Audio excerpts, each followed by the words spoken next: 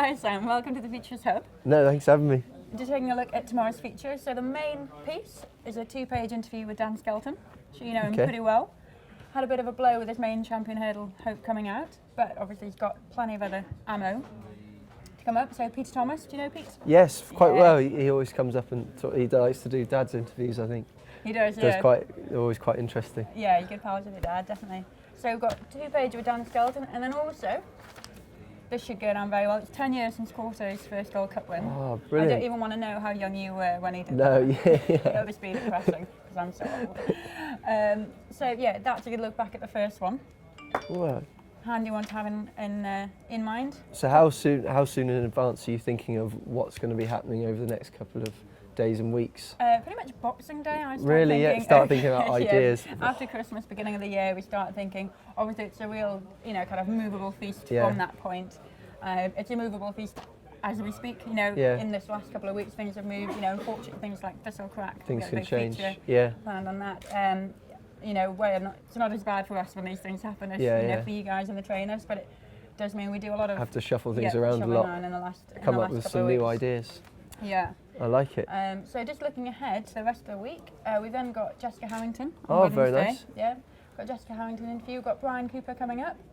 So he'll be kind of looking forward to getting back. I'm sure you can kind of sympathise with him having been out. Yeah, after a terrible time of injury, hasn't he? So that's a good one. Yeah. And then so you'd have to be planning for all the weeks ahead and actually now good ideas. Trying to get Cheltenham nailed down, and I'm also today thinking about what's going to happen after Cheltenham. I know not many people will be thinking beyond the big 4 days. But I'm starting to think about after that. Aintree and such, and what we talk about. You've got Aintree, you've got the Lincoln, so we can start mixing a bit of flat back in there. It does keep you busy. It does, yeah.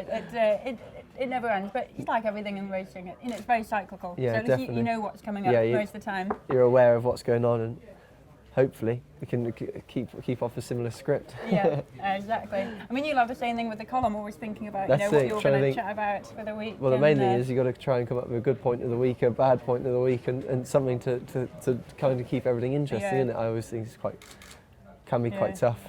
I think the metal detector club is going to become a bit of a cult thing. How's that going? Not very well, actually. The boys have gone out today. Dan is very enthusiastic. He's booked on to a retreat, so she'll be interesting to see, that's for sure. It's not going to go down very well when you've got the time team digging Well, that's the thing. Well, we thought it'd be quite interesting if it was to happen to Kempton. They could just employ us to go around, so we could see how we get on. We can make a fortune, Yeah, maybe. Aidan's metal detector turned up yesterday, and Nick Schofield got his the week before, so the team is getting bigger. Brilliant. While you're doing that, look for some kind of rare species of Kempton. Well, actually, we can't build. And we can write a feature on it. Yeah. And see how we get on. So, very good. Well, still plenty to come. No, thank you very much. It's exciting, isn't it? It is, yeah. Plenty. Always see what's going on.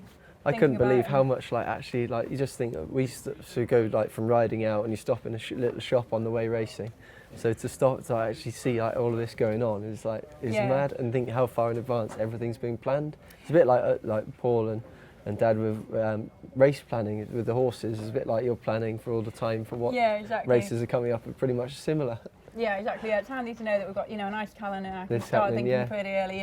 What are we going to do for the guineas? And and the guineas already. We've got guineas price coming up, and then we'll kind of move on from there. And you're always very much looking ahead. Yeah, God, it's very interesting.